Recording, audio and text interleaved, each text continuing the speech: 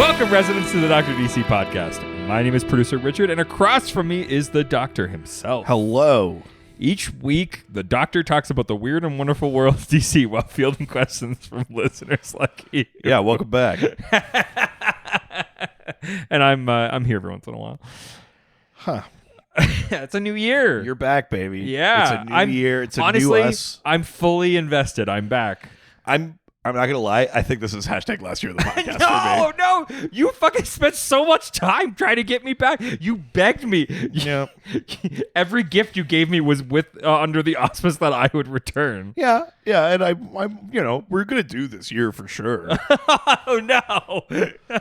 But, we'll see. We'll see how the mood You have strikes no me. idea. Actually, you do have an idea of what I've given up to keep this podcast. Yeah. I think it's inauthentic to say you've given it up to keep the podcast. It's only for this. If it wasn't for this podcast, everything would be fine. Yeah. Only things are failing because of this podcast. Well, then put it this way, then things will only fail for one more year. Oh, no. Yeah. At any rate, we don't have to talk about that right now. We got a whole year, so I need this. well, we'll see. Oh my God, does this mean I need to try to convince you to stay? Yeah. This is the complete non-toxic dynamic our relationship is. It's based on the other one become. going, I don't know, maybe I'll stay. It's just negging. Yeah. Yeah. Oh, yeah. Yeah, that's what that is. Uh-oh. This is the year I get invested. I'll be curious to see what that looks like. Yeah, no. I'm over it. All right. Yeah, okay. We're back. Dynamic reset. Good. This week's episode is about a thing that I actually really like. Oh, intentionally. I don't want to say I'm manipulating you, but I'm If the shoe I'm fits. absolutely If manipulating the earth you. fits, Yeah, if the earth fits, then it's one. then yeah. Yeah, we're back. Canada's funniest podcast. Well, hang on. Yeah. We can banter a bit. Oh my God. Oh my God. Since we're back. A little foreplay. Yeah. Let's not go dry. Let's. It's the only way I know how. I'm a real Sam about it. Oh God. I was gonna ask how your New Year's was, but I don't think I want to know. Yeah, 2023 came in because I just spit on it and forced it through. Jesus. Good Lord. Good Lord. Last night, today we are recording on January 1st. Yeah, it's New Year's Day. Yeah. And last night I made a prime rib. Ooh, I also had ribs last night. Prime rib, not ribs. Well, Jesus, fuck.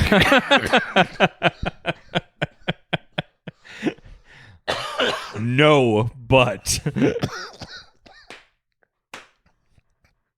I made prime rib for a group of friends. Oh. That must have been fun for your group of friends. Yeah, just the people that were near and dear to me. Regretting doing banter. Oh no, I just thought you wanted honesty.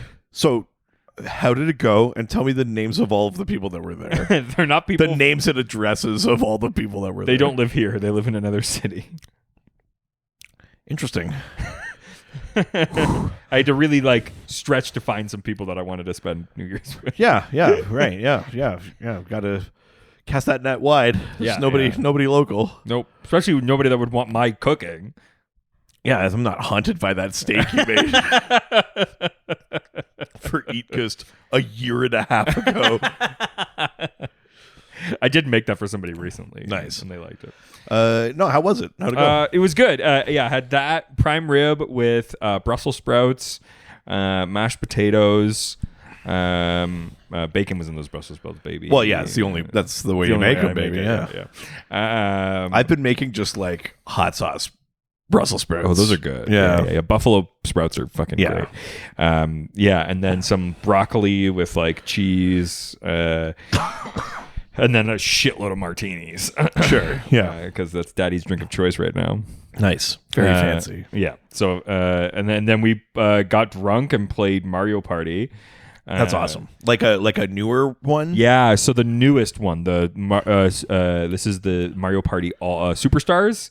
Nice. Which is basically, it's really interesting because they basically the winners from previous Mario parties. I mean, kind of. The winners of being like the best games and boards. Right. So the like format is the original Mario Party. Okay. So if you ever played the original 64 Mario Party, yep. It's like the same like hub world with right. the little like the houses in the store you can buy stuff.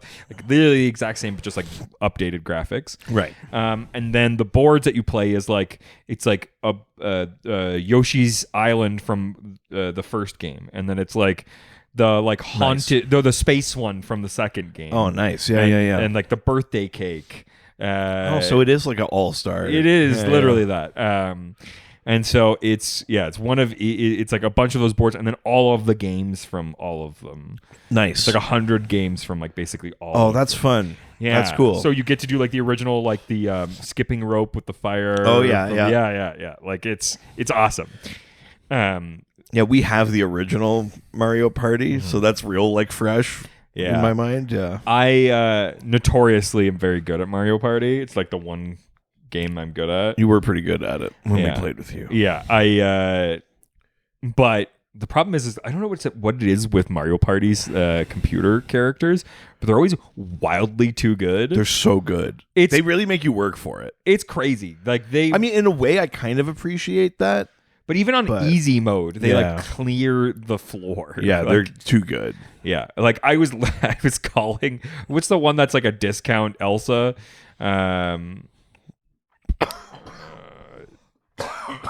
She's like the third sister, I think, or something. She's like white hair and like a blue dress. I can't remember the name. I was calling her a cunt. Wow, I was so mad. I was drunk too. But I mean. You're famously not competitive. Me? Yeah. Who said I am? You're the best at being non-competitive. Hell yeah. Whew, saved it. Yeah. Fuck yeah. Yeah. This is almost the last week of the podcast. No, it's always been weak.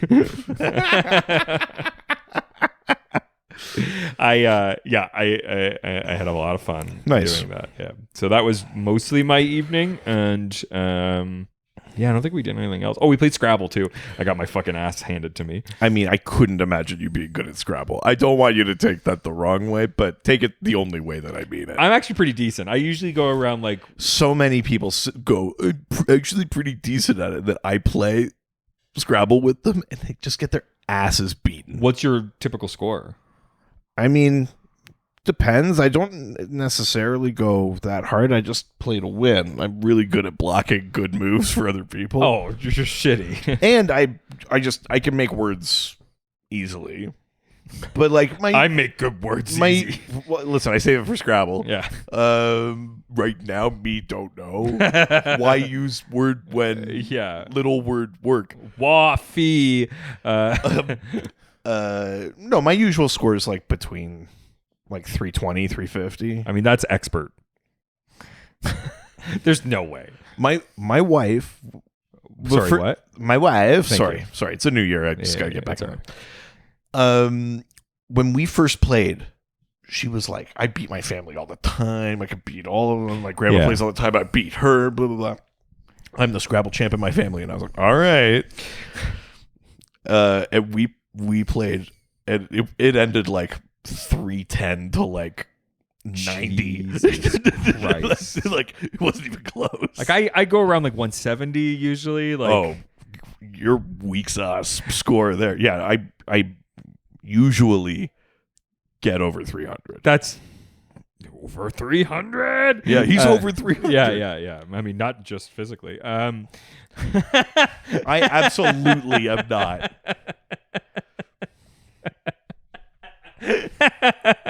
Oh, that's great. I'm proud I guess of that if one. you could weigh my shame, maybe I am. Hey, there we go. Oh God, yeah, wouldn't get out the room. Yeah. Take you with a crane. Call me the whale. Yeah, that's crazy. 300 like and over is like it's like is expert. it? Yeah. Oh, okay. 350 is expert. Oh, like you. I will say I don't regularly hit 350, but I do regularly hit 300. Yeah. That's crazy. You don't like playing games with me. No, I don't. I guess any kind of game, really. We haven't played anything that like Mario Party, I think, thus far is the only game you've beaten me at. yes. Not that I'm like a great video gamer, but most of the games we play are like trivia or Yes. like things like that or whatever. Yeah. If it was like being brave enough to get through a subway in Last of Us, I think I'd beat you, but Yeah, that's fair. Yeah. If it was like a race through a level of a game, I'd be like, I can't. Or like I'd be cowering behind something. yeah, or like I could beat you in a foot race. Yeah, I mean, we've tested that. I almost argued, and then I was like, we know definitively. I was about to do like, we dwarves are natural sprinters, very dangerous over short distances. But we've tested this. We have, yeah. I ran my mouth too much on that one. You did. I was like, I remember being 17 and good at running. Yeah. I can do it. Yeah, I haven't gained 120 pounds since then. That was a funny moment because I was like, look, I'll go easy. Like we can just start really small. Like, and I was on the cross country. you're like, fuck you, get fucked. I could do this. And I was like, all right, man. Like under a kilometer in, I was like, oh no, oh no, It's worse than I imagined. I mean, that was. I mean, maybe the clearest example of karmic retribution I think I've ever experienced. It tasted very sweet. I'm sure it did, yeah. I mean, you were laughing literally the whole time we were running. I was being kind. I was encouraging. You were, but you were enjoying it. Yeah, of course Yeah, I was. yeah. Yeah. I'm not fucking made of stone. Fair. The about you talk shit on a regular basis. I run my mouth. Yeah. You deserved a little bit. Yeah, I'm a chatty little bitch. Yeah, that's right. Yeah. Well. I also had a good New Year's. Thank you for asking. How did yours go? I mean, truly not much to say. I didn't think you did much. I think No, we didn't. Pretty chill day. And then went out for dinner. Where'd you go? Went to the nice pasta place in town. Ooh, Giorgio's? That's not the nice pasta Tony's? place in town. Yeah, it's Tony's. Yeah. I hate Giorgio's. I don't know if anyone local listens to this, but like, fuck you, Giorgio's. Yeah. I've had like 2 or 3 of the worst restaurant experiences of my Really? life at Giorgio's. Yeah. Really? Yeah. One time it took an hour for them to come out and say, we don't have that. Wow. Horrible place. At any rate, went to Tony's. Yeah. Had some great food. I had ribs, which was... I almost couldn't finish it. They give big. I know. I plates. was like... But I looked at like the cost of it. I was like, it's actually a cheaper thing on the menu. Probably just could be like a little... They give so a little half or third rack or something. And like, I was like, Jesus Christ. It's so much food. It's crazy how much food. I had. I mean, their portions are always big. I should have known, but I wasn't expecting that. Like, ribs are usually like, I don't usually get it at a restaurant because they're overpriced and stuff like that. And I was like, I looked at the price and I was like, it'll be like 3 ribs and then a bunch of sides. No. A thing that they love to do there is like you get a pasta dish, but then just choose to make it lasagna. I've never done that. It's amazing. Oh, that's interesting. At any rate, well, I do remember last year I went and got like chicken parm. The chicken parm came with pasta. Yeah. But then they also, I didn't know that. It wasn't on the menu, so I She ordered a side pasta. Oh my God. It was like 3 pounds of pasta. Good Lord. Yeah. But it's At any one rate. serving. And I'm a man of my word. I'm a man of my order. And every time I sit down, I say, I promise I'll finish everything that I order. Yeah, it's weird that you do that Yeah. before getting That's the how I food. say grace. Yeah, I promise I'll eat I this. swear to God, I'll finish everything. Now eat. Or strike me down. No, so we went out for dinner. And then, like, literally came home, put the kid to bed, had a chill night, had some bubbly, just hung out with my wife. Thank you. And yeah, it was great. Made it to 12:02 and immediately passed out. Hell yeah. Yeah. I made it to 12:30 and then was like, oh shit, I still need to watch the Supernatural episode. So I put it on my stomach. And fell asleep right away. No, I actually made it through barely. Wow, I'm impressed. I would have fallen asleep. I checked how much was left like 3 times. Sure, yeah. Also, that episode is not like the most riveting episode. Sure, but that's very funny. Yes, that was my evening. Yeah, nice. Hell yeah. There you go. It's a new year, baby. We're in our 30s, baby. Yeah. Let's get into. Oh no, other podcast. Shit. No, let's see what's next. Out of it. Yeah. Yeah. We're starting this year. We're talking about Earth One. Hey, like you said, this is a thing you actually like know a bit about. I like care a bit series. about. Yeah. Green Lantern Earth One is like one of your favorite comics things you've read. Yeah, absolutely. Yeah. I've got the Wonder Woman Earth One, which is pretty decent. Yeah. The Batman Earth One is great. I think you might have a Titans. Teen Titans. I got a Teen Titans Yeah. one. Yeah, I've got a few of the Earth One. I wish that they did more of them, honestly. Yeah, I mean it's an interesting series because they release them as graphic novels. Yeah, they're never like single issues. Yeah. So there's big gaps between them, and it's like when the creators have time, they do Yeah. them. And I mean, I think part of that is by design, that it's like there's no set publishing schedule. Yeah. When you have an idea, you do it. Yeah. And then it'll come out. But it does make this kind of interesting, kind of disjointed thing. And also, the books aren't connected to each other. It's not like you read Superman Earth 1 and it references something from Batman Earth 1. They're disconnected. What is the like general pitch of the series if you had to? Because I don't think that's a real question. It's essentially like you give the creators license to like reimagine. do I mean, not even expressly to like do something different, but just do your take.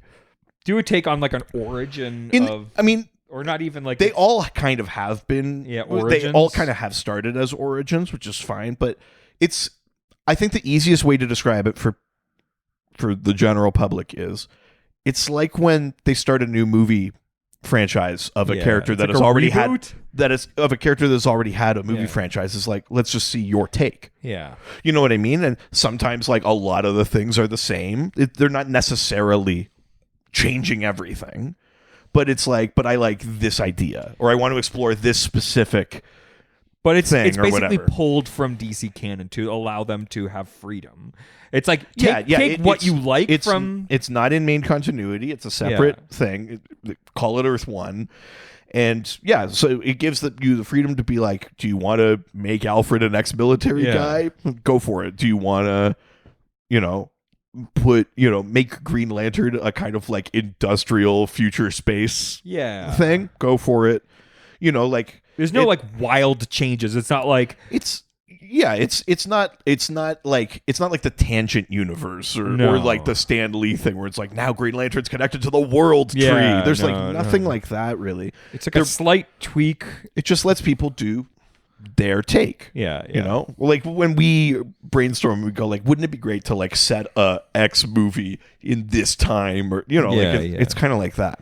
But except for that, they're not like doing drastic time differences or even like. No, but I mean, never huge. Green Lantern is the only real example of that. Where it's like specifically that kind of like industrial future, like Alien. It's got a real specific take that way. Yeah. But you're right. Otherwise, it's not really like that.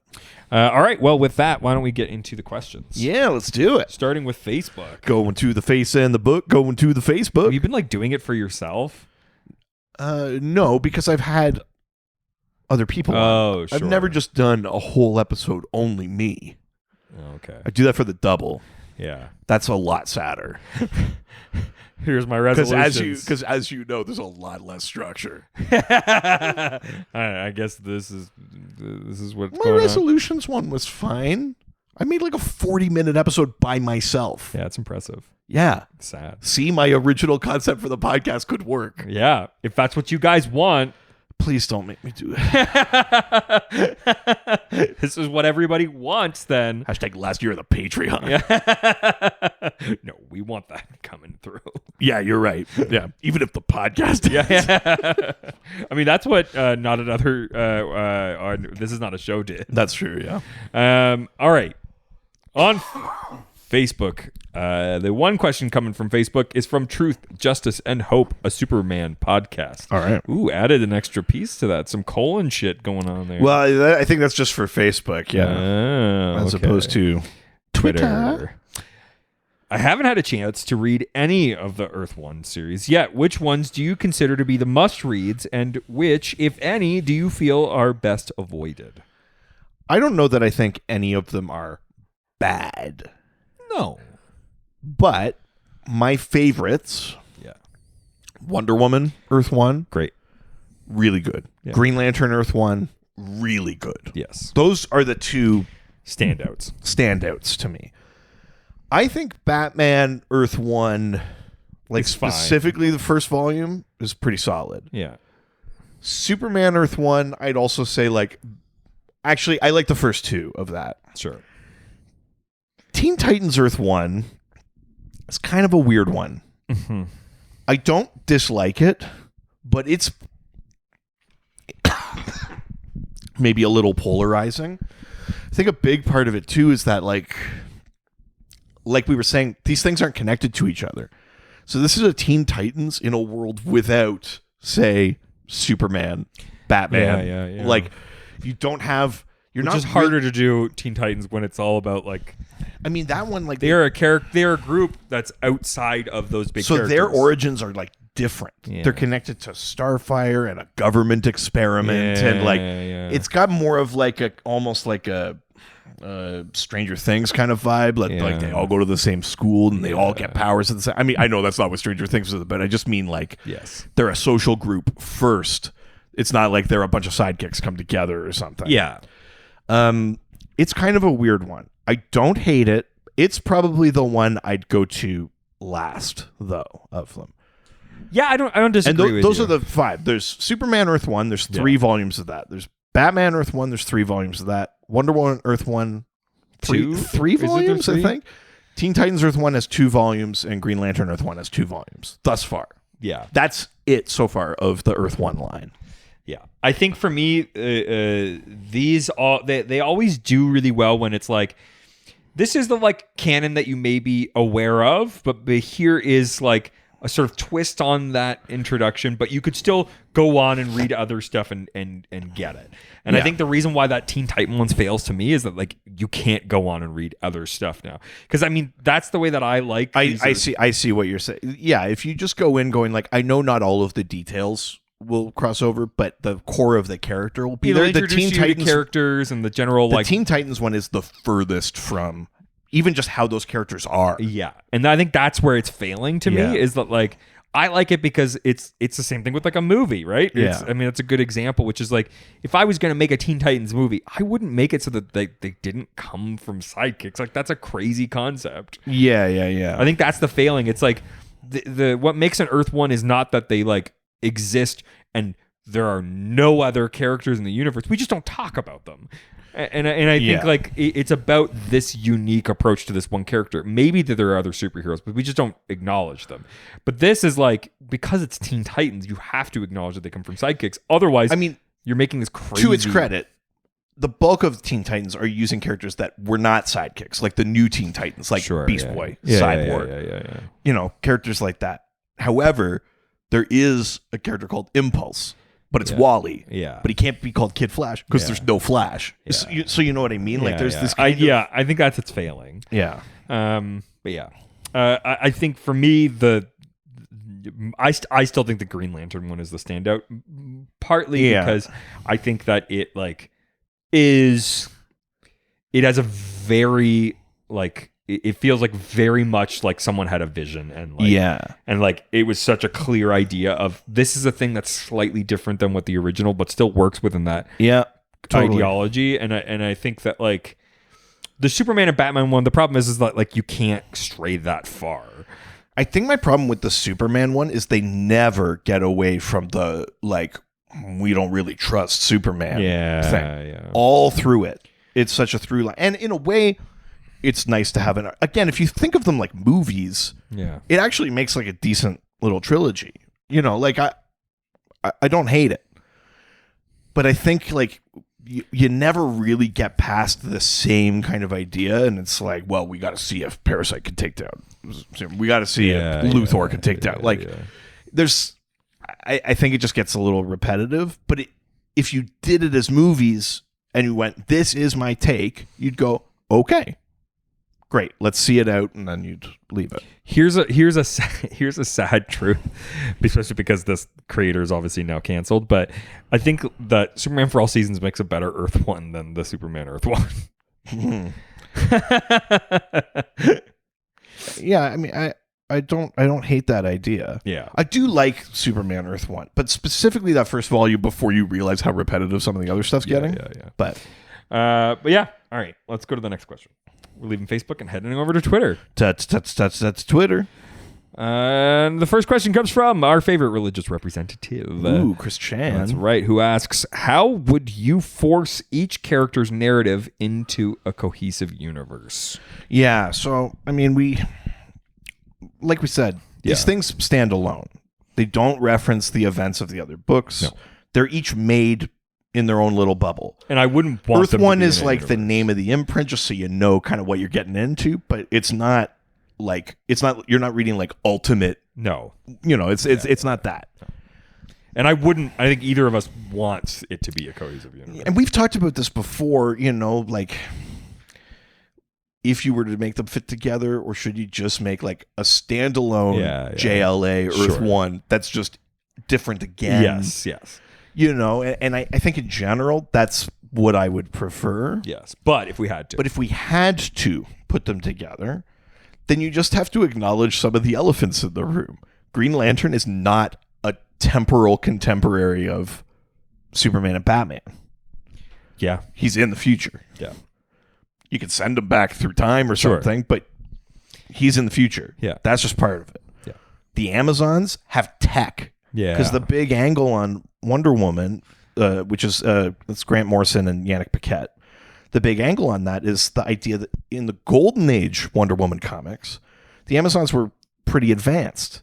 They had like kind of this magical technology, like the purple ray and stuff like that. The sort of like we stayed sword and sandals, that's far enough technological advancement. This is kind of like Wakanda-ish. Yeah, I mean, it's more like that. Or like how we see Atlantis, where like they keep evolving as a society. They didn't just go like, bows and arrows, we're good, and like leave it. Yeah. And so, that's a change. It makes a different dynamic that way, You'd have to acknowledge that like multiple times the whole world has like come under threat and Superman's handled it.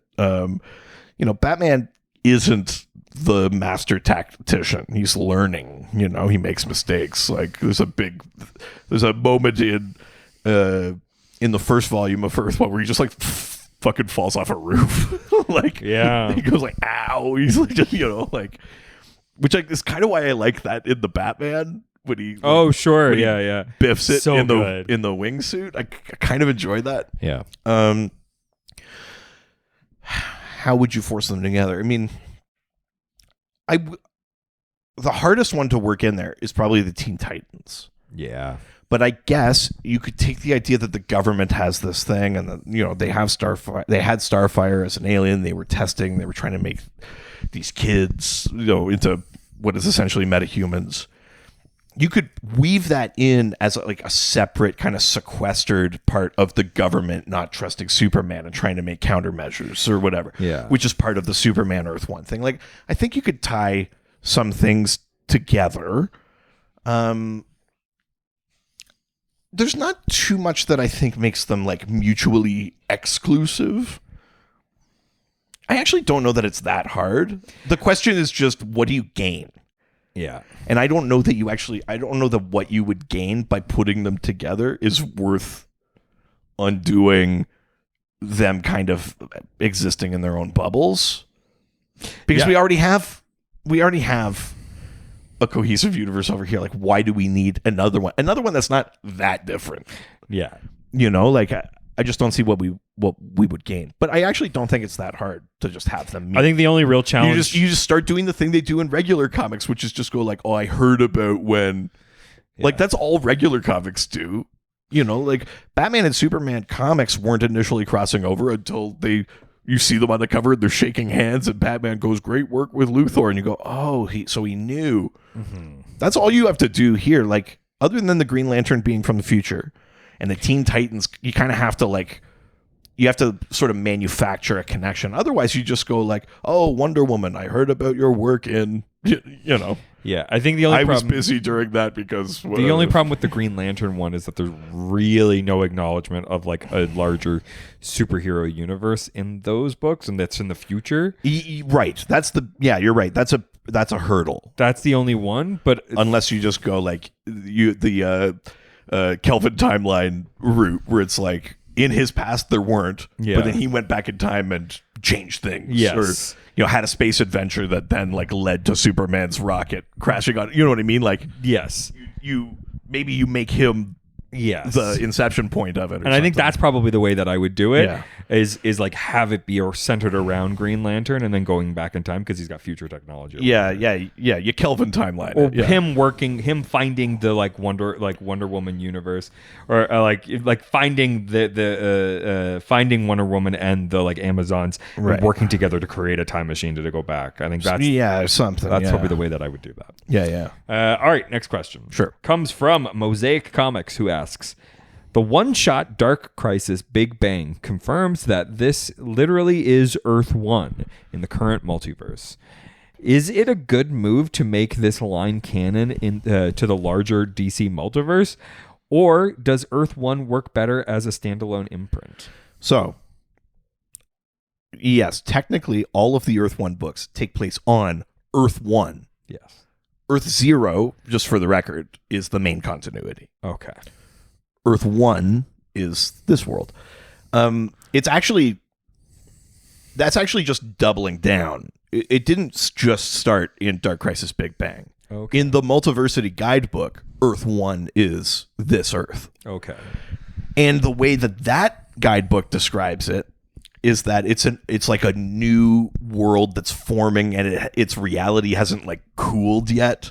It's settled. So it's like kind of has this sort of flux history and things like that. That's a very like arm wavy way of being like, it's not connected, but they're all on that Earth. Yeah. They're all actually Earth 1, but they've never met.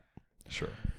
I don't hate that though. I mean, as soon as we're talking any of these meta things and parallel Earths and comics are universes and all of this kind of thing, it's not an outrageous leap to be like, it hasn't cooled yet. Yes, that's true. You know what I mean? Like it's still molten. Let it set. You gotta put the pudding in the fridge before you can eat it. That's like the whole thing where we've talked about like since Dark Knight's Metal and all this other shit, like where the like people on Earth are all like, oh, I think I remember that happened. Oh, that was a different timeline. Like, people are still even like not 100% sure what. You're right. That everything matters kind of thing is still kind of settling anyway. So like, I actually don't think that's the craziest thing in the world. I would like it to just stay that way. So I actually kind of like that it is canonically Earth 1. Yeah. It's not just like the books are called Earth 1, but one is like Earth like 738 and one is... Yeah. You could do that too, but I kind of like that it's Earth 1 and you just go like, this is actually like a weird world to travel to because like its own history hasn't like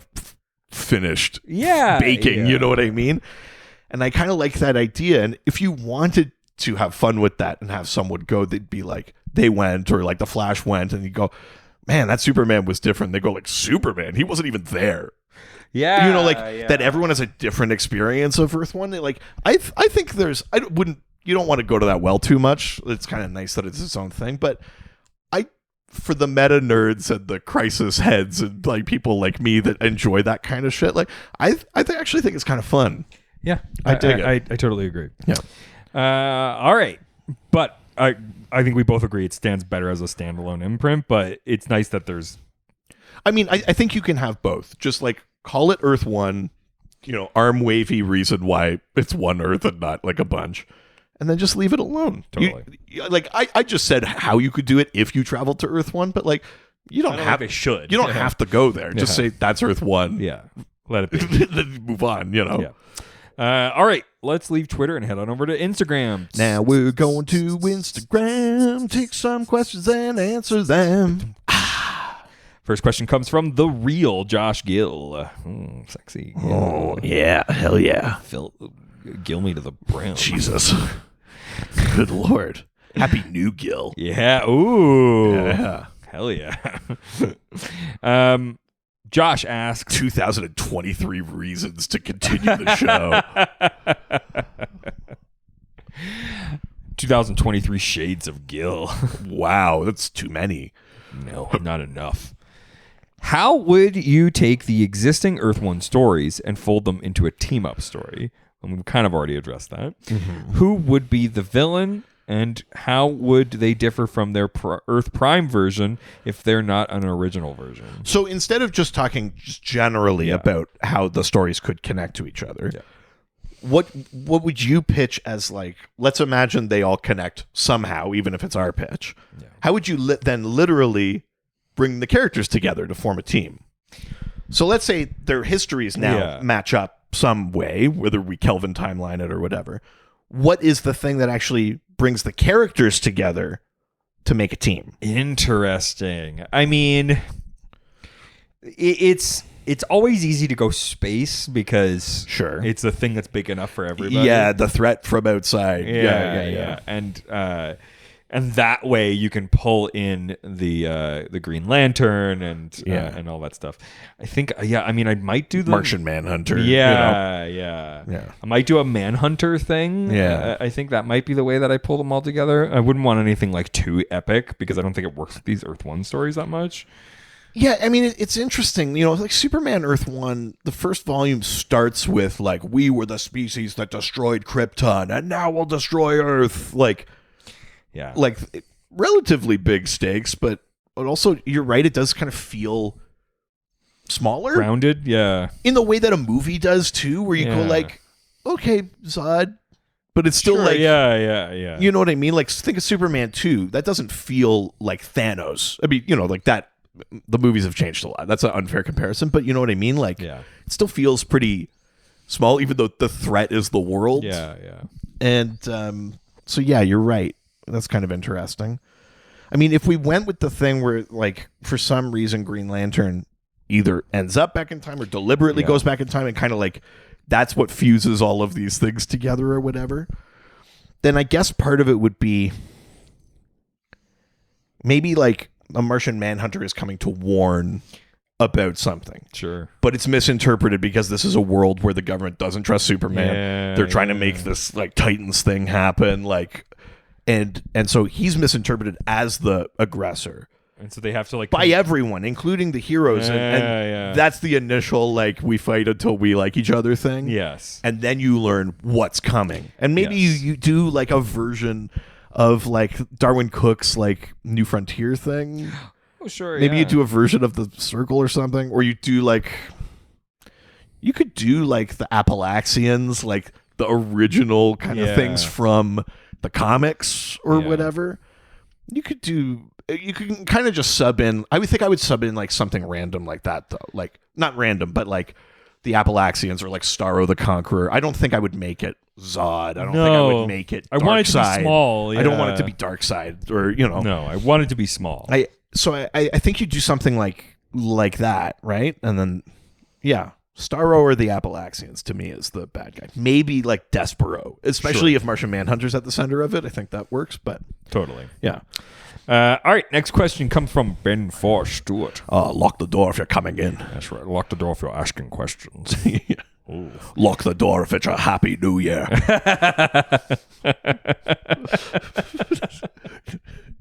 There can only be one.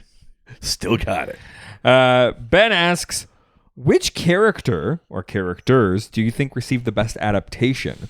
Which ones do you think got the worst? Because this is a different question than like which books are the best. Because I actually think that like the Green Lantern Earth one is my favorite, but I don't think it's the best adaptation of a character, like or at least the most like accurate adaptation. I don't know that. I know what you're saying. Yeah, I mean, interestingly, I actually think Hal might be generally the least changed character. Sure. Like in his personality and stuff. I mean, even that's not true. He's relatively different from the main one. Yeah. But like, I think the worst is the Teen Titans. I mean, they're the most different. Yes. Those characters don't even operate the way that characters do. Yeah. Like their relationships are all different. Their personalities are mostly all different. Because I think that's the only way to read this question. Otherwise, you're just being like, which one do you like more? Which is already the book that we already. Fine, yeah. So if we're going, if we replace best worst with Hugh's closest to or furthest from, what we know of them from like main continuity, Titans is on the furthest from. Would you say Batman is the closest? I'd say Green Lantern's also on the further thing. Yeah. I'd say because I would say Batman, then Wonder Woman, then Superman. Wonder Woman is a tricky one and I'd say Batman and Superman are kind of in the middle. Yeah, they're pretty recognizable, but there are some tangible differences. There's a real focus on Superman's intellect. Sure, in Earth 1, there's a real focus on Batman is a human. Yes. On Earth 1, you know. Yeah. Those are the big, like he's fallible. He fucks up. He's, you know. Which, I mean, Year 1 version 2 also kind of does that. But it's not that it doesn't happen, but like if we just think of like what do we think of when we think of Batman? We think of like literally in the issue of Batman I just read, he falls from the moon and survives. What? Like by himself, Jesus not Christ. In a spaceship. Oh my god. Like, okay. So it's cool as shit. Like it kind of works for me, but it's like it's preposterous. It's preposterous. Yeah. And Batman, the Earth 1 Batman isn't that preposterous. Yeah. It feels like a real movie kind of version. My weird take is that I think Wonder Woman is the closest. Really? With the caveat that Wonder Woman as like a warmonger or like a I seek battle. Like when that happens in the comics, that's a departure from what Wonder Woman should be. Yeah. So in a way, the Earth 1, the kind of loving submission thing, like all of that is actually like, that's like the course correction. Oh, sure. So if the main continuity one does the like, when I have enemies, they stay down kind of thing, you go like, that's actually like weirder than what's happening over on Earth 1. I'm kind of like reinterpreting the question to suit me, but to me, Wonder Woman's actually probably the closest. Superman and Batman are in the middle, relatively close, but some noticeable differences. Yeah. And then Green Lantern and Teen Titans are probably the furthest from if you picked up just an issue of Green Lantern or an issue of Teen Titans, and then you picked up Earth 1. Yeah. They're the furthest. Yeah. Totally. All right. Next question comes from Liam K. Willis. What you asking about, Willis? What you talking about, Liam K? Yeah. Who asks, how would one start reading or dive into Earth 1 stories? Is there a connection between all the stories, or is each one a standalone for the most part? They are. Yeah, that's the thing we've been talking about this whole thing. I mean, the only rule would be start with volume 1. Yes, if they've got more than one volume, start with volume 1 because they are pretty like linear between their volumes. Yes, all of them across the board are like that. You largely pick up where you left off and keep going. Yeah. So start with volume 1, but otherwise, what's great about it is just like pick a character you like, or pick a thing you're interested in. You know, it'll be even better when there's more, or if there are more. You know, who knows? Because again, there's no publishing schedule. That's like by design, the Earth 1 line has no publishing schedule. It's not like we need to put 1 or 2 out every year. It's nothing like that. Maybe you'll get one. Maybe it's when there's a creative team with an idea and they want to do it and they have time and it gets done, we put it out. Yeah. So theoretically, this could be a thing that keeps going just on its own pace. And eventually, you know, like in 20 years or something, you look back and you go like, okay, well, there's all these different characters have one. And I always kind of liked, you know, the question. I never knew where to start. There's a question, Earth 1. You know, or there's like there's a Flash Earth 1. Great, let's check that out.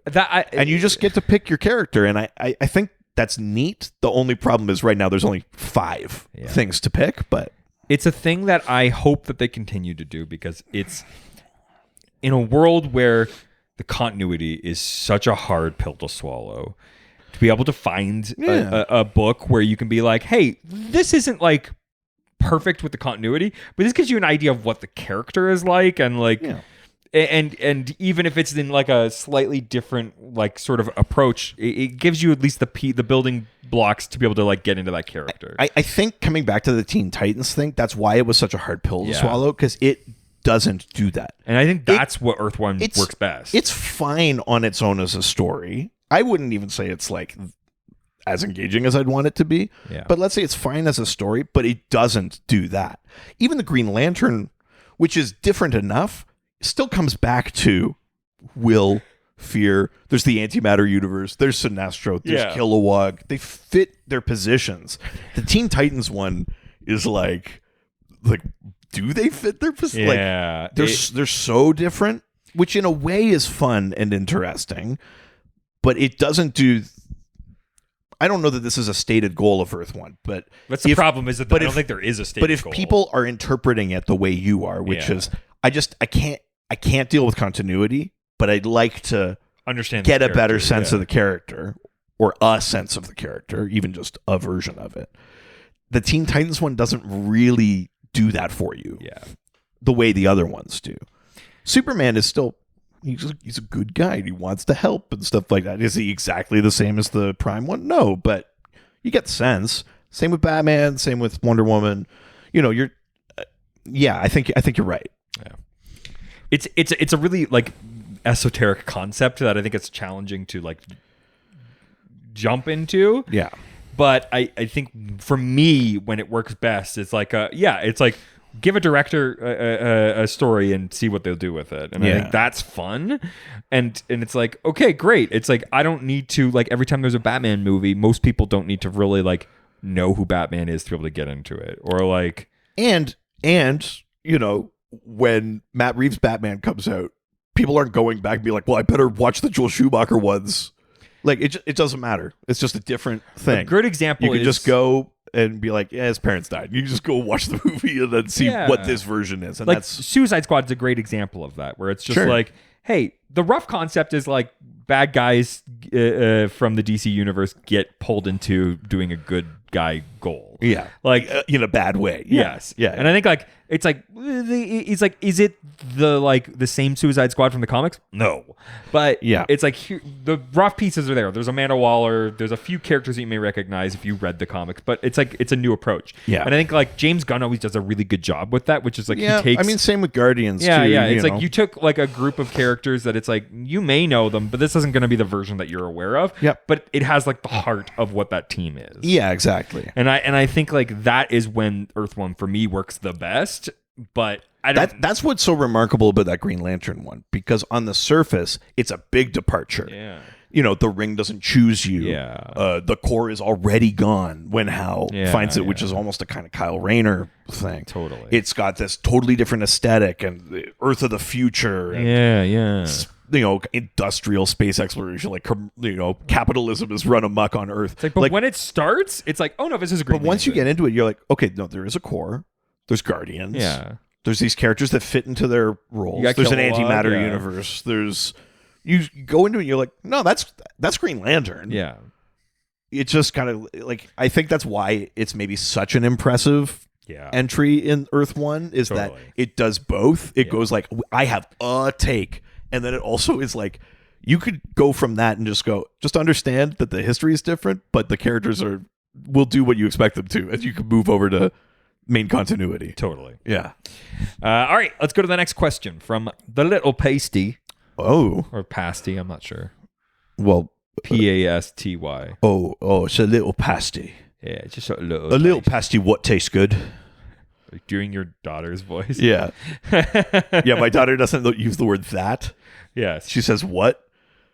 Which always makes her sound like a British tough to me. It'd be like, I want the cereal what has fruit in it, or like whatever. So good. Yeah. So good. Yeah, it's very cute. Who asks, what character do you think should get an Earth One graphic novel? You first. I mean, you've already said one that I mean, I want Martian Manhunter. Yeah. And not to shamelessly plug the Patreon, but I think I had a concept. We did it in the context of pitching a movie. Yeah. But I had a concept that such a good concept. Part of the Earth One thing too is you got to tie things a bit closer together. Yeah. You're not going to get 50 years of runway, right? Exactly. But it was like to bring in so good. Ma'alefak, to bring in Human Flame, to bring in, things that are part of Martian Manhunter, Dr. Erdell, all this kind of stuff. But doing this like noir kind of like yeah. So like I had a take that I actually think would work really well as a Earth One book, but for me it's Martian Manhunter. That's the one I would want to see get a Earth One book. Sure. I'll throw out a weird one. Is it a weird one, or is it exactly the one I think you're going to say? Yeah. Is it? It's Booster Gold. Yeah.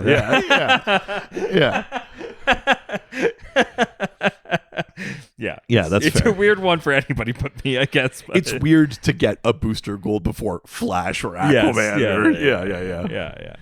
Yeah. I think it's because there isn't a movie. It's it's one that I think would be a lot of fun to see an approach time travel. To. Yeah, it's one that like it's a character whose like history maybe is not like super well known, so you could do something slightly different. So I've got a question for you here. So with the Martian Manhunter, it's obviously like you pull characters from Martian Manhunter's world or whatever, and you make that thing, and it can stand alone. Imagining that we're not connecting these and the Booster Gold one stands alone, what characters make it to the sort of supporting cast? Because his whole thing is, I could go back in time and be a hero the way there were heroes back then, and I could do it to... Yeah, I might bring in... I assume Blue Beetle gets to be in the sphere, but like, I'm curious who gets to be there when he's in the past. Yeah, I think that become part of like his corner of Earth One. They wouldn't have their own book. They'd be in his. I think that who I would pull in is maybe Adam Strange. Oh, interesting. And make like a weird sort of like travel-y sort of like you're not doing this right, and like you're like, are you kind of thinking of like Adam Strange like from Krypton? Yeah, like that kind of Interesting. I think that's the version of him I would probably do. That's kind of interesting. That's not what I expected. Because I think like the thing with Booster is that like it's like you're not doing it right. Like you're sort of taking advantage of this technology. I don't hate that, and that's a more original idea. That like I would just be like, I guess it's the JLI characters. Sure, it's like Fire, Ice, Rocket Red. I would want to do something that's a bit smaller. Yeah, and basically like. Booster goes back, so, like somebody is sent to basically like be like he shouldn't be doing this. He bumps into Blue Beetle, who's being a superhero, and he's just like, "Oh, I want to do that." And and Blue Beetle's like I'm maybe you do Jaime Reyes and just somebody who's like, "I'm just figuring out how to do this," and they have to work together. In other volumes, maybe get other time Rip Hunter stuff like that. Yeah. I think that would be really fun. Where it's like we need to stop him. He's got this really great technology. He's from the future. That'll really help out a new superhero, and he ultimately wants to be a superhero. Yeah. So they have to work together. Yeah, that's cool. I dig that. I think that would be my approach. Yeah, I like that. Yeah. But also Boana Beast Earth 1. Change nothing. Still a white guy. Still gets powers from like African totems. I don't see what a problem that is. Yeah. Sure, it's fine. Yeah. Tyrock shows up. It'll be great. You make like the problematic Earth one. Boana Beast, Tyrock, Egg Foo. You make problematic Earth one. Yeah, why not? That's fun. Put them all in one place. All right. Let's go to the next question. From Dem Jingles, who asks, the Earth One Trinity meets. Okay, right. Who are they fighting? How well do they get along? Just the Trinity. Yeah. So if we're talking about the ones that, because we're talking about the Trinity who already have books. I actually think this Trinity would get along relatively well. I think so relatively quickly. I think so too. I think the way their personalities are, like Batman isn't, because he has his foibles in that, he's like, I'm in over my head. Yeah. Like I think he'd be quicker to be like, I need them. Or just to be like, look at the evidence, Superman has saved the world a couple of times. You know what I mean? Like, Superman is extremely intelligent, and so I think also wouldn't have the sort of like, I think he'd have the foresight to be like, oh god, this has magic involved. Yeah. Wonder Woman's vital to the, you know, like Totally. Wonder Woman is like great, you know, allies, you know. That's I actually think this trinity would come together pretty quick. It would work pretty easy. By the way, that sound, I felt like that was my daughter speaking whale.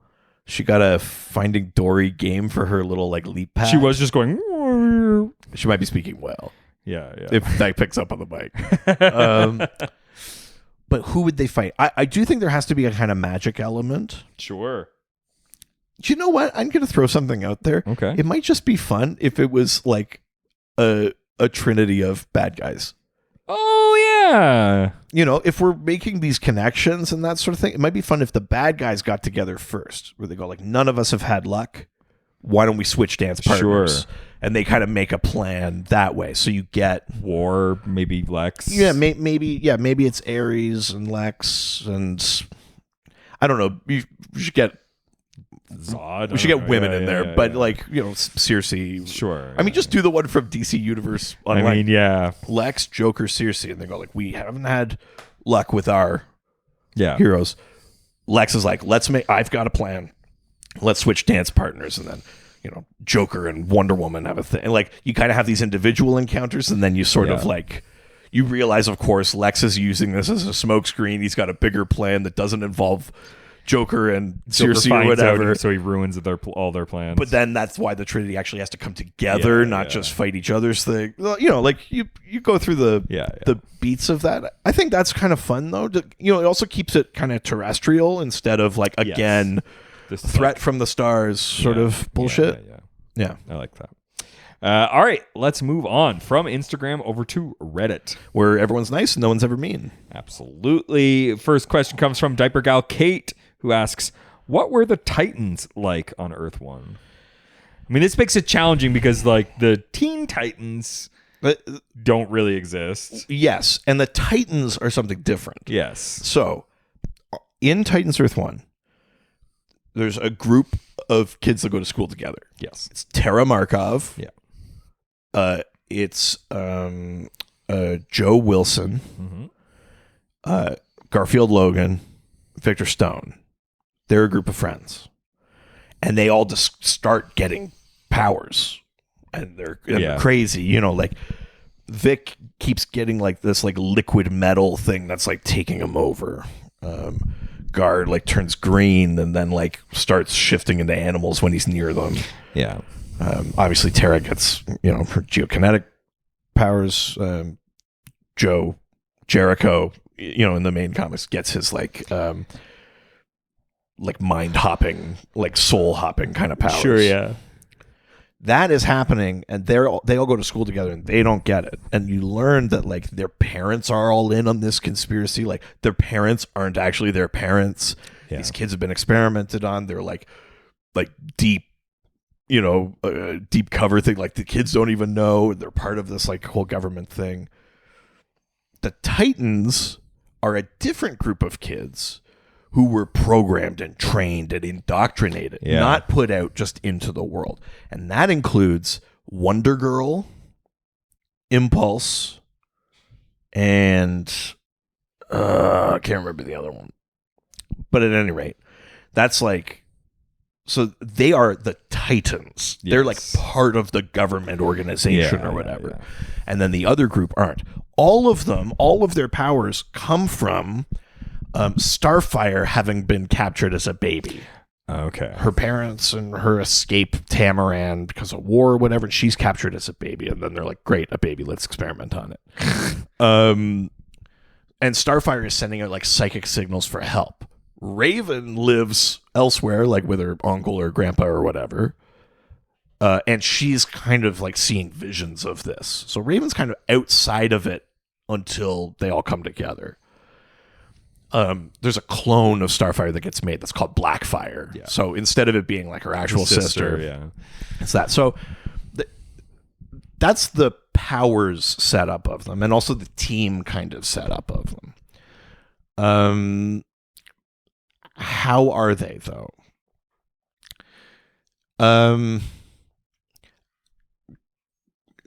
Their personalities are like not the same.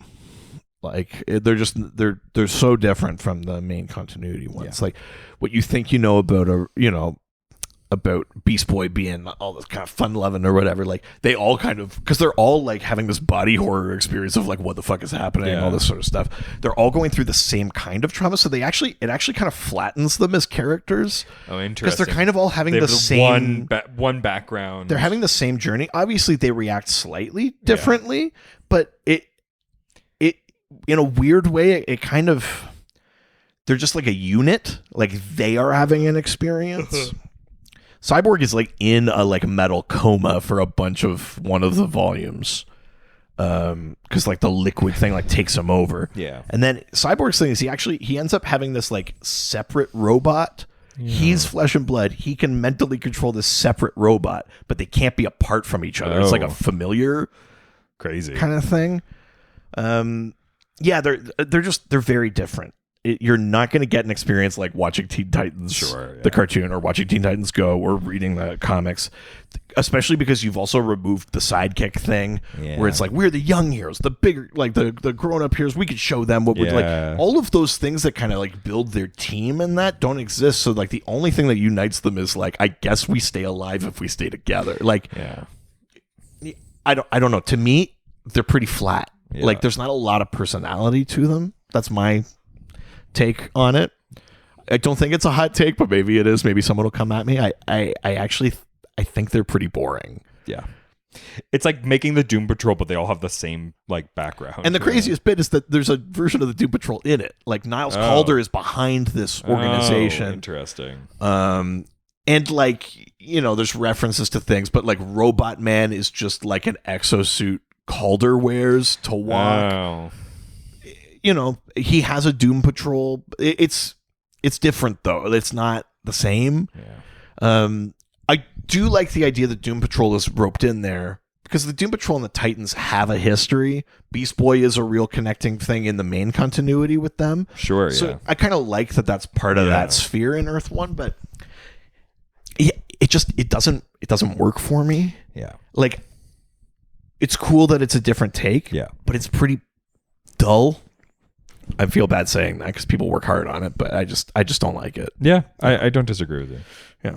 All right. Next question comes from JRK, who asks, with the Batman taking elements from Batman Earth 1 in the Wayne/Arkham connections, right? What other aspects from the Earth 1 books would you like to see when we see these characters adapted into other media? Yeah, I mean, this would be a question for Alex Jaffe, but I'm not sure that Earth 1 is the first time that we make a familial connection between the Arkhams and the Waynes. Interesting. Like, Martha's maiden name is Kane, right? Yeah. But there's supposed to be, in general, a connection to the Arkham family, but now I'm not sure if it couldn't have started in Earth 1. That feels wrong. Yeah. But maybe it did. If anything, I would say the bigger piece in the Batman that is kind of like we really like that from Earth 1 is the version of Alfred. Sure. Kind of an Alfred that is like not a good father. Yeah. Doesn't know what he's doing that way. Yeah. Tries, but I mean the Earth 1 is even more distant. Like he's like, absolutely not. Didn't sign up for this. I'm like, what the fuck do I know about? I guess all I could do is train him. I'm ex-military. Yeah. I don't know how to be a dad, but I could train him. The movie one has more of the compassion, empathy side, but like he's tried, but he has not necessarily succeeded at the parenting. Yeah. That's a kind of a theme in that movie too. Like even Bruce doesn't see him as family until he almost dies. You know what I mean? He kind of has like a come to Jesus moment. But you do get that sense that like Alfred has enabled him, and in the movie, it's all about him going like, I'm vengeance, I'm vengeance, I'm vengeance, and then going like, oh shit, no, I've seen what vengeance is, and it's the Riddler, and that's not what I can. No, I can't be that. Yeah. But that must come from Alfred being like, like, I don't know this is a good idea, but like fucking go for it. Yeah. Like I could teach you how to fight, but like I don't know how to Like there's a personal failing. Yeah. There's a sort of human failing there. I would say that's the bigger element or idea that's very clearly an Earth One lift that's in that movie. But is there anything from like any of the other ones you would want brought into? I mean, because it's movies or whatever, like you can kind of like you can off characters. Like Penguin very like shockingly dies. Sure. In Batman Earth One, and you go like, oh, fuck, that was it for the Penguin. You could just do that in movies. You know what I mean? Just like, oh shit, and you just then explore what happens from there, kind of thing. I kind of like the we get Croc, I think, in Volume 2. I gotta look at it here. Brought them down in case I wanted to look at them. I'm pretty sure we get Croc in Volume 2. And that would be kind of neat. The Riddler, they already did that there. That's fine. Oh yeah. Yeah, I kind of like that Croc. Yeah. Because that's the thing I've said I want in the movies is like we got to depart a little bit from just mobsters and shit. Well, yeah. And, you know, you set a tone. It's very hard to pivot to like a man made of clay who could be anything. Yeah, yeah. But like, you could do Croc. Yeah. And I think that would be neat. And, you know, Killer Croc is like vaguely sympathetic and as a character, you know, he's. I don't think he could be the main villain, but I think he works. No, but as like something to encounter or something like thematically tied in. That'd be neat. That like grows his universe a bit more. Yeah. Because it's like with that, it's like, well, what other kind of experiments are out there and that kind of thing. Like, I like the idea of hinting at a larger universe. Yeah. I'm interested in that. I don't know that there's anything else specifically from Batman Earth One where I'm like, oh, definitely put that in there. Other than the stuff that they're already doing, which is like he's learning, he fucks up. Alfred is not necessarily like the warm parent that the main one had. So this is a Batman that makes more mistakes. You know, like interestingly, you'd think like, would a cold teacher make him a better Batman? And the answer is definitively no, which is such a kind of hopeful message for Batman. We're so used to thinking of him as this very like cynical machine, but like I think there's a very obvious thing here, which is like, no. Batman works because he cares. That's the thing that drives him. That's the thing that makes him the best there is. That's the thing that, like, when you don't have that, he's hollow and he doesn't work, and it takes him longer, and he fails more. You know, with the potential. I mean, we've gotten some new leaders at the helm of DC movies right now. Right. We're gonna probably get a new Superman and things like that. Like, is there anything from these other books that you would want to see like pulled into these new adaptations? I like showing that Superman is smart. Yeah, I agree. Not that I think the other movies think like make Superman dumb. Where you're like, can I punch it? But like. Sometimes they don't highlight that. They don't highlight it, and sometimes they do a little bit treat him like that. It's very easy to like lure into things, but like a Superman who is smart and a Superman who doesn't do all of his. This is it. It's a Superman who doesn't do all of his hero work as Superman. Yeah, you know, in Superman Earth One, he like gives like a mathematical answer that's like something like significant. He just like does it, where he works in the background and he like helps people out, and he. I want to see a Superman A helping people, but B that who helps people also as Clark. Maybe that's that's giving them justice as a reporter, or maybe that's helping the tenants in his building with stuff when it you know what I mean. Like I want to see a Clark who gives to humanity, whether he's seen or not, and whether he's Superman or not. And I think that's a piece that is in Earth One Superman. Yeah, I fully agree. Yeah. I like the elements of the Green Lantern Earth One with the core being like dismantled. Yeah, I like that component of it to bring it back. Yeah. I think for a movie, it's actually like I know people will be like, "That's Kyle's thing," and like especially people that are Kyle fans, they're gonna hate giving that to Hal. But I do think like as a movie, that's actually a better way to do it. Yes. Because then you can learn about it as Hal does. 100%. You don't have to like do the thing that the movie tried to do, which is like, you need to know about this, and then we'll show you how learn about it. Like, it's also a lot. I mean, it is overwhelming, but it's a lot for an audience to be like, okay, so now where are we? And what do you do? What do I do? And when do I start? And how do I do it? But like, if he's just learning it as he goes, where he gets the ring and he kind of figures out how to make it work. And then they go, do you know that this used to be part of a, and you go, oh, what? And then go like, well, he brings it back. And then you can build the core as people are watching it. And then they're in on the rules. They're in on the structure, because they're watching it happen. But also, you don't get the whole like, and like, Oa is great. Maybe it's not like.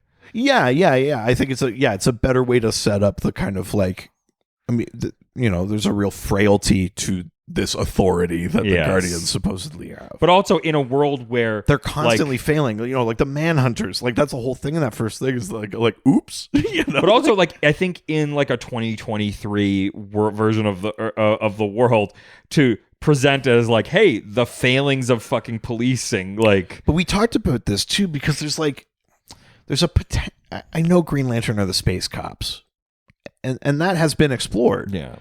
But there's something in there that you can explore too, which is like, it could be the way policing or safety is. It's people like theoretically, it's people from their own neighborhoods. Yes. Like it's not it shouldn't be an outside force coming in. It should be people like from their own neighborhoods helping. That you have tools. You're not just there to stop things. You have a tool, not a weapon that could do anything. Exactly. Oh, there's like, we're having a real problem with and like you use your will and your ring to make change. Like there's the door is open, but also be able to Green Lantern having a new thing where they're not space cops, they're like space like community wellness kind of like peacekeepers, not even peacekeepers, but just like social workers, like someone that has multiple tools. That's the whole point of the Green Lantern, is you have every tool at your disposal. So how come we're only using the punching shooting ones? Well, exactly. And what I like about the Earth 1 Green Lantern is that it starts out with just like a blast of power, and then slowly by the end he finds out that like, oh, it can do more. Yeah, you learn about construct. Exactly. And so it's like by the end of the movie, it's like, oh wait, policing is more than just fucking shooting things. I think there's an easy parallel. And I don't think I would be talented enough to navigate that line, but there's a potential in Green Lantern to really reinvent that piece. Yeah. And I like that. And it's both an examination and it's like a rebuttal, and it's new life in that concept. Totally. And yeah. I think those are great things to pull in. Yeah. All right, let's leave Reddit and head on over to the doc score. Fuck. Never gets old. She brings me dark scored in the morning. Oh wow. Yeah. She brings me inner docs. Hell yeah. Have you seen the video of him? Like that song's playing over, but it's just Louis Capaldi and the cutout of Ed Sheeran. Yes. He's like getting married to it, like cuddling it. It's so fucking funny. I love Louis Capaldi. He's the greatest. Yeah. We should get him on the pod. Yeah, I'm sure he'd do it. I mean, he might. Yeah. I just don't know if he could find out, if we could get him to see it, I think he would do it. Yeah, I think we're in the right mindset. Yeah. Yeah. Hashtag last year goals. Yeah. Sure. Nice. Cool.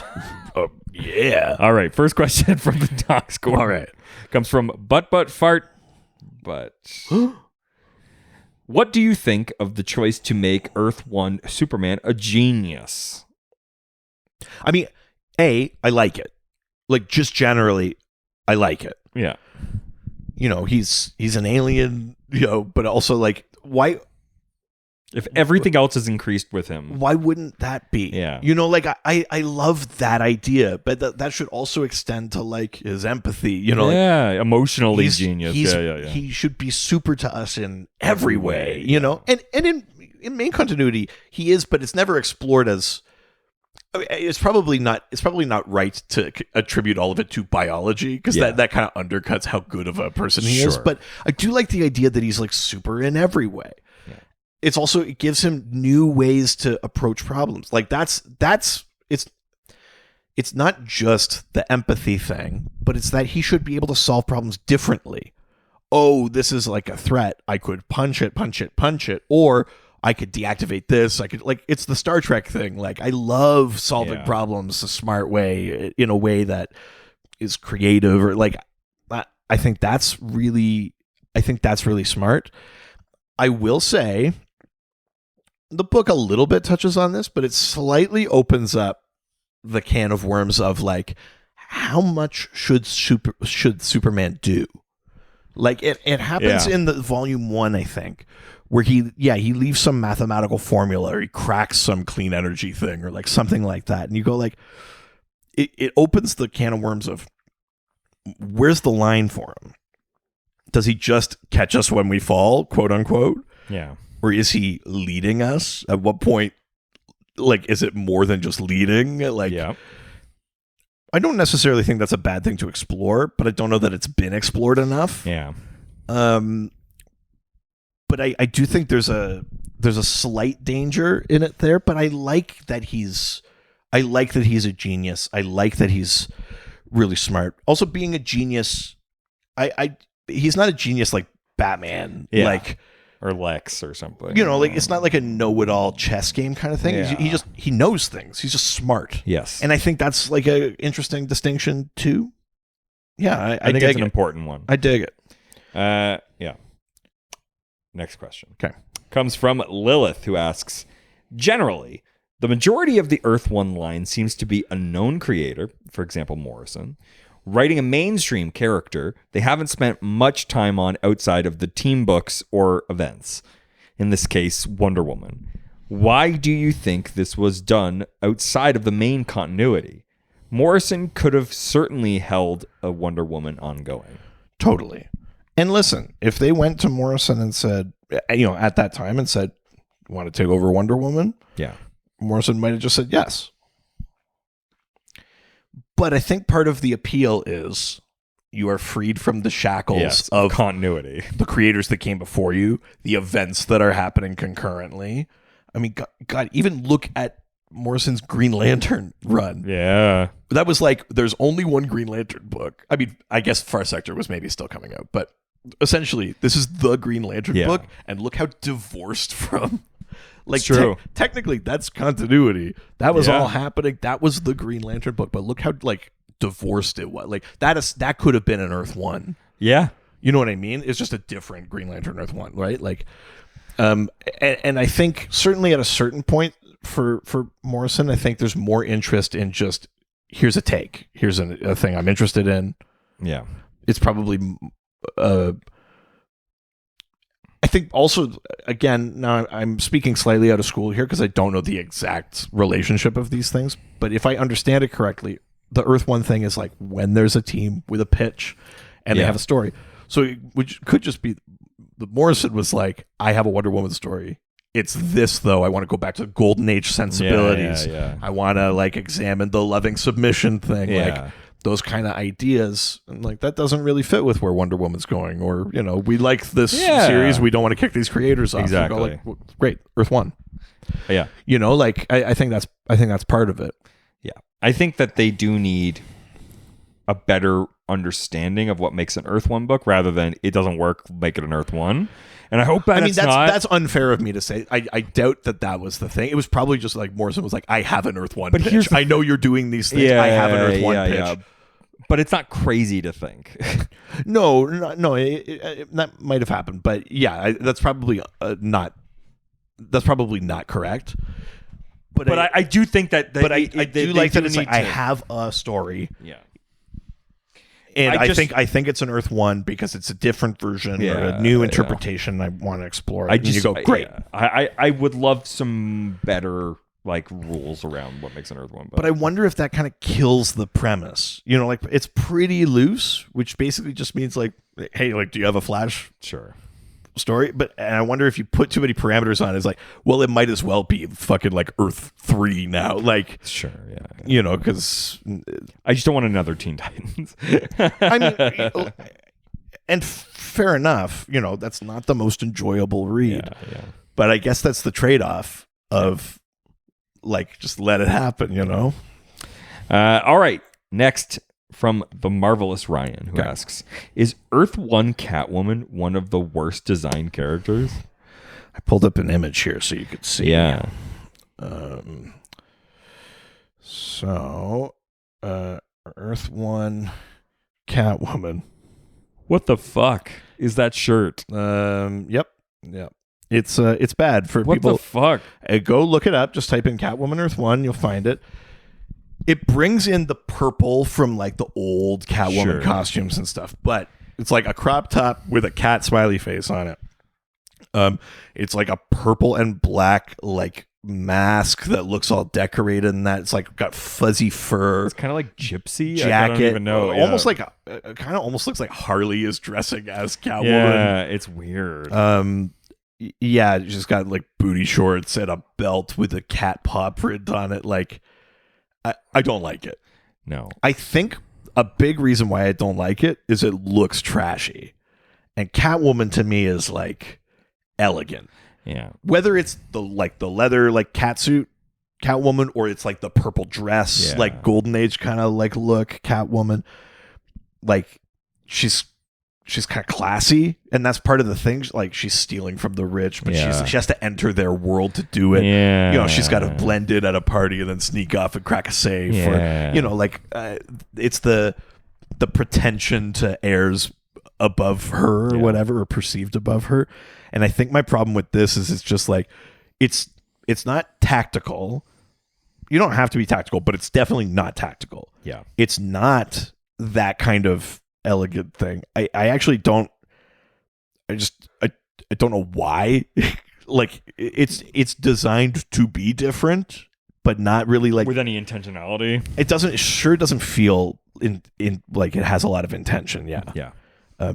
Yes, it's absolutely the worst design in Earth 1. Yeah, 1,000%. Like across the board. Yeah, it's the worst Earth 1 design. 1,000%. Yeah. What's your favorite design? Ooh. My favorite Earth 1 design. Oh, that's Superman looks good. Yeah. Wonder Woman looks good. Is he a Trunks? He is. Yeah, that's what I thought. You love that. But he's also kind of like, he's a little bit more like lithe. He's not like enormous. Yeah. Which is good. You do like a chunky Superman, though. I do, of course. I mean, listen, I'll just take a Superman. But, yeah, best design. I like Raven. Interesting. Yeah. It's got a good design. And if I'm not mistaken, there's kind of like a Native American angle. I mean, that one's written by Jeff Lemire, who has done a lot of work like on stories around highlighting indigenous cultures and stuff like that, especially up in Canada. Did a project with the late great Gord Downey of the Tragically Hip. Yeah. That was about like residential schools and stuff like that. Created Equinox in that Justice League Canada run, First Nations character. You know, that's a through line for JeffLemire. It's a thing he cares about. So there wouldn't be a surprise to see that. Quite a bit. And if I'm not mistaken, there's a kind of like Navajo kind of, because I think she's in like New Mexico or whatever. I might be getting my area slightly wrong, but like there's a kind of like Navajo Native American thing going on with Raven. So and also the Raven is such a symbol. Well, you know, makes sense. You know, Crow makes the world, you know, like that's or steals the sun. Yeah. That's what it is. Because had rainbow feathers and then it steals the sun and it gets burned. And it's cool. Yeah. All right, last question comes from butchering. First Nations keep mythology. Digging in, and I was but I'm trying to remember like years ago in school, very like be like, oh yeah, and there's this. But I remember something like that is sticking in my head. Yeah. There's some story about how like a crow used to be like a rainbow bird, and then its like feathers got blackened and its voice got taken. And that's why it has this like, like there's a reason behind it. It has to do with the sun. I can't remember though. Cool. If we have any Indigenous listeners, please just fucking. I'm sorry. Bail a brother out. Yeah. Let us know. All right. Last question comes from Mullet Overlord, who asks, "What creative team would you want to handle an Aquaman Earth 1 book? Ooh. And what kind of changes would you like to see?" Interesting. Oh shit. The problem for me is that from like my tangential like knowledge of Aquaman, a lot of the like things that I would want to see kind of have happened. Like I'd love to see like a piratey kind of Aquaman. It's already happened. Yeah. Like do like a different take where it's like a water hand. It's like if it's been done. Like a hook hand. It's been done. Like I mean, I haven't really thought about it that much. There's crazy for the thing that would be maybe the least touched on that is part of Aquaman is like the Golden Age Aquaman was more of like an experiment. He wasn't connected to Atlantis. Interesting. He was like made to survive underwater. Oh, okay. Like he's more of like a science experiment kind of thing. I think, which, that's kind of, I'm riffing on the Wonder Woman thing of like, go back to the Golden Age. But like, truly, of all of these different Aquaman interpretations, that's the least touched on one. But maybe you do that and then you could bring in an Atlantis and you go like, oh, well, they were experimenting with this DNA. And then the Atlanteans go like, you're like a monster. Like you were like made to be Atlantean, but you know what I mean? Like just a different version of the outsider thing. So instead of being literal like half breed, is more like he's been like genetically altered. Like the government captured an Atlantean and then they were trying to see like, could you make people and breathe underwater for some reason. Some guy tested on a baby. You know what I mean? Like you just do something like that, and then there's a different relationship then between Arthur and Orm, or you might have maybe the agent that captured the Atlantean that becomes the fisherman, right? Because he managed to capture a trap, and that becomes his specialty. That you could do a thing where you take that Golden Age origin or whatever, and then you bring in the stuff that is more concretely part of Aquaman's world. Ocean Master, Manta, fisherman. You know what I mean? Yeah.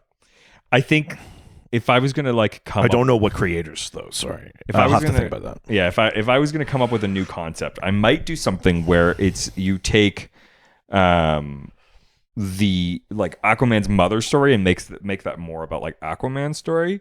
And so I would maybe do it where Aquaman, Orm's his older brother. Aquaman is raised in Atlantis, and maybe is the younger brother, and so isn't gonna get a chance to be king. Right. You even do something that's connected to maybe the Harry and Meghan sort of thing, where interesting. You can find some parallels in that, and so he escapes to Earth because he wants to be with somebody from the Earth, right? And then gets basically exiled from the kingdom, and then Black Manta ends up coming in and so he needs to save his kingdom, right? And his brother is maybe corrupt or falling short of the abilities, and so he has to come back too and save his kingdom. I think that maybe would be something. That's interesting. I like that. Do you have any idea of a creator you'd want to see tackle something like that? I mean, this is always the thing of who would I want to see tackle Aquaman, which is a challenging thing, right? Because I mean, Liam, I mean, Liam Sharp is a great call. He does such always for everything. I think he just does that regal sort of elegant thing really, really well. That classic sort of illustration and stuff. I think he would be really good. I'd be interested in I feel like I've been talking about this artist a lot lately, but Bilquis Evely, who did that Supergirl Woman of Tomorrow book, I would love that kind of art, especially if in my pitch we're riffing on this Golden Age kind of thing. It's not that she draws the Golden Age, but I think there's just it's a different enough art style that you go whoa, you're kind of transported a little bit, and I kind of like that. And God, as for a writer, That's I don't know. Top of mind, just again, because I've been talking about them a lot lately, is like Mark Waid. Yeah. I kind of want Mark Waid just gets the universe too. I think would do a good job of being like, these are the bits I'm going to cherry pick and use to build this new thing. Yeah, like Mark Waid, Yeah. Bill Quist-Evely, I guess, is maybe the creative team I'm pitching. Yeah. You can't say Tim Sale. He's dead. Yes. Yeah. And you can't say Jeff Loeb. You wish he's dead. Yeah. Then maybe go to my other. Oh, yeah, you love Ethan Van Sciver? Yeah, that's not what I was going to say. No, yeah. Jesus Christ. Michael Lemire with Liam, like Sharp. Interesting. Yeah. Yeah. Jeff Lemire and Liam Sharp, I think. Love it. I think Lemire would do that sort of like melancholy, like small world approach, I think, which would really work well with this version of Aquaman that I'm approaching, which is like he's like sort of feeling distant from his family and like moving out into a new kingdom, and totally I think that really works well for me. I like that. Since we're talking about it, I would say if the Martian Manhunter, like my film noir Martian Manhunter one, I would want to, I think like James Tynion. Ooh, yeah. I think would do really well with that. You know who I would love? I would, based on like Department of Truth and like that, like those kind of other like, conspiracy alien. Yeah. Nice. Nice. Yeah, I can't think of anything. All right. Oh, I want to see a Supergirl Bendis. That's interesting. Yeah. Yeah, I mean, I guess it's the same thing as like Jeff Johns doing Batman. You go like, you're pretty mainstream. Like, what's your take? I know. That's the problem. He must have, he would have one. I'm not against that, but it is funny when you take like a creator like that and you go like, really? You needed this? But I mean, Morrison and like Wonder Woman. Yeah, it's true. Yeah. All right. Well, that was the last question. If you residents would like to send a question for next week's episode. Oh, yeah. A thing I have. Next week's episode is about a thing we know. I'll get back to you. Check social tomorrow. Fuck, I knew I didn't do something. Yeah. Shit. Well, those Fuck. questions. Shit. It's okay. Damn it. Fuck. Idiot. Such an idiot. Last year, the podcasting. Well, I think that's where I'm at. I know, know, please don't. I know you're really invested, I but know. I'm kind of. I'm back in. I'm on the outs. I'm back in. Yeah. Help. The problem here is I actually think it'd be easier for you to replace me than because for I could me just to call replace Alex. you. Yeah, just be like Alex, and he'd be like, yeah. Shit. Oh my God! Did this time off make you appreciate me? Let's not push it. Son of a bitch. You can send those questions to our Facebook. No.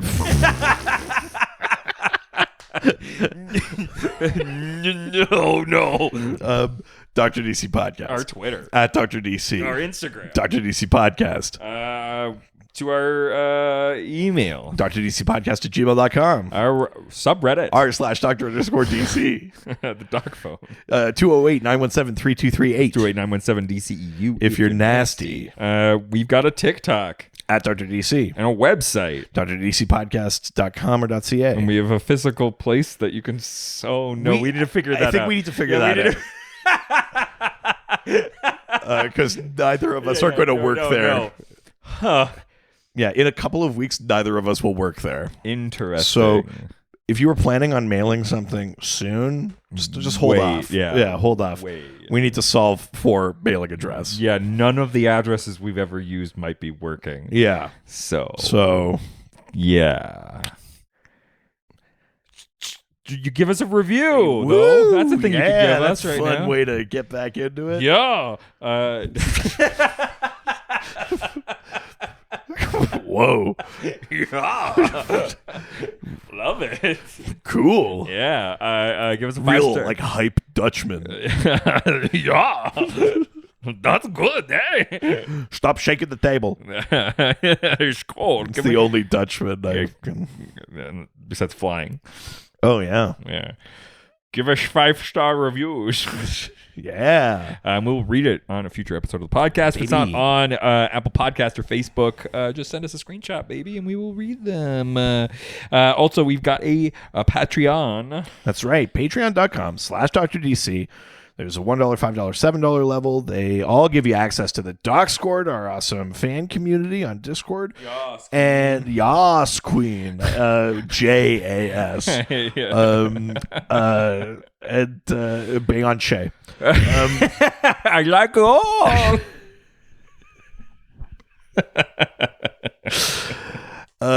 And at the higher levels, you get bonus episodes and all sorts of fun stuff that helps support us. Yeah, baby. Yeah. Also, we have a whole other podcast. Yeah, Ghostfacers, a Supernatural rewatch. We go through every episode of Supernatural. We talk about real world monster lore, behind the scenes stuff about the show. We're halfway through season 6 right now, and it's going great. What else do you want to know? That's it for this week. Do you know what else we need to solve for? What? The game. What game? / maybe a new game. We never had a game. What are you talking about? Oh my God. What? Yeah. Wow. It's always been the thing that's coming next week. Wow. Why did I paint myself into a corner? New year, new continuity, huh? Oh, no. And you know what? I remember now. It's the best game ever. Oh, no. And everyone loves it. Well, that's because you came up with it, so... No. Oh, no. Yeah, I remember the night I came up with it. You had just bought me a bunch of real cool, expensive stuff, and that inspired the game.